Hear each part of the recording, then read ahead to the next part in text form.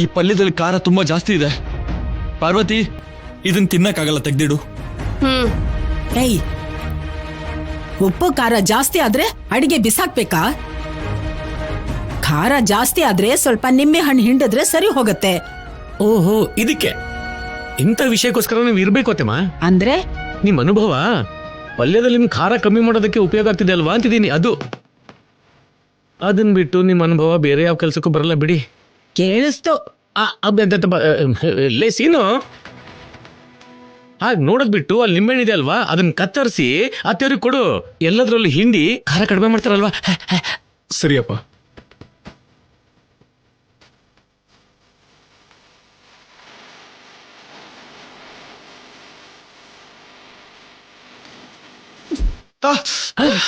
ಏನಾಯ್ತು?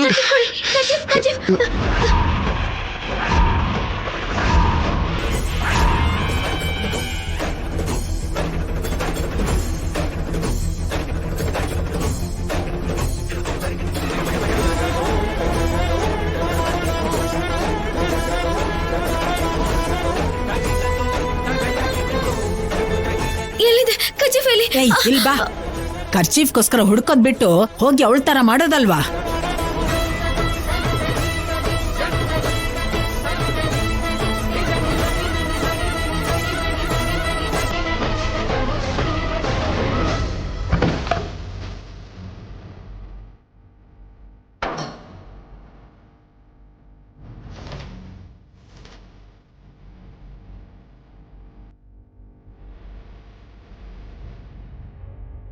ಚಾರು, ಅತ್ತೆ ರೂಮ್ ಬಾರೆ. ಬಾ.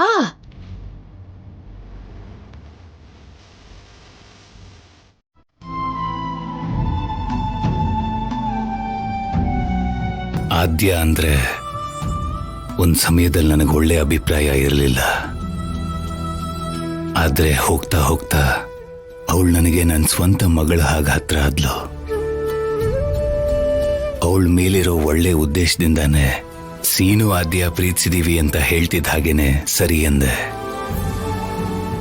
ಮದುವೆ ಮಾಡಬೇಕು ಅನ್ಕೊಂಡೆ. ಆದ್ರೆ ಮದುವೆ ಇಷ್ಟ ಇಲ್ಲ ಅಂದ್ಮೇಲೆ ನಾನೇನ್ ಮಾಡ್ಲಿ? ಅದು ಅವ್ರ ಮುಗ್ಧತನ ಅಷ್ಟೇ ರೀ. ಯಾವುದು ಮುಗ್ಧತನ? ಎಲ್ಲ ಏರ್ಪಾಡು ಮಾಡಿದ್ಮೇಲೆ ಈ ಮದುವೆ ಮಾಡ್ಕೊಳಲ್ಲ ಅನ್ನೋದ? ಅವ್ರ ಪ್ರೀತಿನ ಬೇಡ ಅಂದೇನೆ ಮದುವೆ ಮಾಡಬೇಕು ಅನ್ಕೊಂಡ ನಮ್ಮ ಮಾತಿಗೆ ಎದುರು ಮಾತಾಡೋದ? ಈಗ ಅವ್ರು ಇಷ್ಟ ಪಡ್ತಿದ್ದಾರೆ ಅಂತ ಚಾರು ಜೊತೆ ಮದುವೆ ಅನ್ಕೊಂಡಿರೋದನ್ನ ಬದಲಾಯಿಸೋದಕ್ಕಾಗತ್ತ ಜನಕ್ಕೆ? ಅಲ್ಲ, ಅವರಿಬ್ರಿಗೂ ಒಬ್ರನ್ನ ಕಂಡ್ರೆ ಒಬ್ರಿಗೆ ಎಷ್ಟಿಷ್ಟ ಅನ್ನೋದು ನಮಗ್ ಗೊತ್ತಿದ್ದು ಕೂಡ. ಅವ್ರ ಬಗ್ಗೆ ನಾವು ಯೋಚನೆ ಮಾಡ್ದೆ ಹೋದ್ರೆ ಬೇರೆ ಯಾರು ಯೋಚನೆ ಮಾಡ್ತಾರ್ರಿ? ಪರಿಸ್ಥಿತಿ ಕೈ ಮೀರಿ ಹೋದ್ಮೇಲೆ ನಾವು ಮಾಡೋವಂಥದ್ದೇನೂ ಇಲ್ಲ ಜನಕ್ಕೆ. ಹಾಗನ್ಬೇಡಿ ಅಂದ್ರೆ ಅವರಿಬ್ರಿಗೂ ಅನ್ಯಾಯ ಆಗ್ಬಿಡುತ್ತೆ. ಮನಸ್ಸಿನಲ್ಲಿ ಪ್ರೀತಿ ಇದ್ರು ಅವರಿಬ್ರು ಬೇರೆ ಆಗ್ಬೇಕು ಅಂತ ಅಂದ್ಕೊಂಡಿದ್ದಾರೆ ಅಂತ ನಾವು ಕೂಡ ಯೋಚನೆನೆ ಮಾಡದೆ ಹೋಗ್ಬಿಟ್ರೆ ಅವರಿಬ್ರಿಗೂ ಅನ್ಯಾಯ ಆಗ್ಬಿಡುತ್ತಲ್ವಾ? ಅದಕ್ಕೆ ನನಗೇನ್ ಮಾಡುವಂತೀಯ ಜನಕ್ಕೆ? ನಾನು ಆ ಮದುವೆ ಬೇಡ ಅಂತನ್ನ.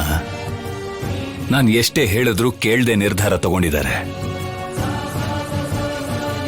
ಆದ್ಯ ಹಾಗೆ ಮಾಡಿದ್ದು ತಪ್ಪೇ ರೀ. ಆದ್ರೆ ಅದರಲ್ಲಿ ಸೀನು ತಪ್ಪು ಕೂಡ ಇದೆ ಅಲ್ವಾ? ನೀವೇ ದೊಡ್ಡ ಮನಸ್ಸು ಮಾಡಿ ಅವರಿಬ್ಬರನ್ನು ಒಂದು ಮಾಡ್ಬೇಕು ರೀ. ಒಂದು ಸಲ ಚಾರು ಜೊತೆ ಮದ್ವೆ ಅನ್ಕೊಂಡಿದ್ವಿ. ಆಗ ಸೀನು ಬೇಡ ಅಂತ ಹೇಳಿದ್ದಕ್ಕೆ ನಮ್ಮ ಮನೆ ಮರ್ಯಾದೆ ಪಂಚಾಯಿತಿವರೆಗೂ ಹೋಯ್ತು.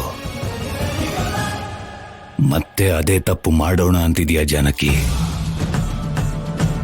ನಮ್ಮ ಇಷ್ಟಕ್ಕೆ ನಾವು ಈ ಗೊಂಬೆ ತೆಗೆದು ಆ ಗೊಂಬೆ ಇಡೋದಕ್ಕೆ ಇದು ಗೊಂಬೆ ಮದುವೆ ಅಲ್ಲ ಜಾನಕಿ.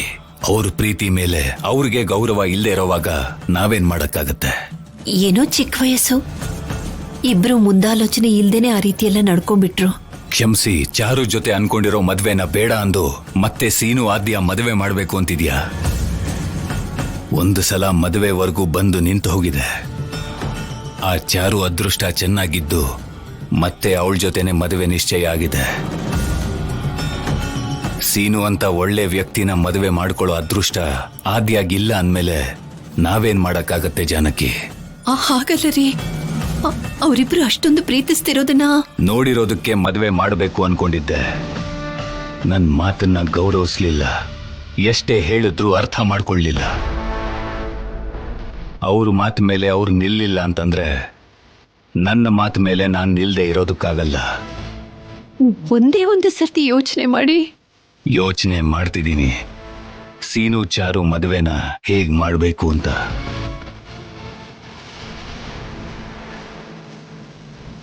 ನಾನು ಹೇಳಿದ ಹಾಗಲ್ಲ. 4 ದಿನದಲ್ಲಿ ಮುಹೂರ್ತ. ಈ ಸಲ ಸೀನು ಮತ್ತೆ ಚಾರು ಮದುವೆ ನಡೆಯುತ್ತೆ. ಅದರಲ್ಲಿ ಯಾವ ಬದಲಾವಣೆನೂ ಇಲ್ಲ. ಏನ್ರಿ ರೀ,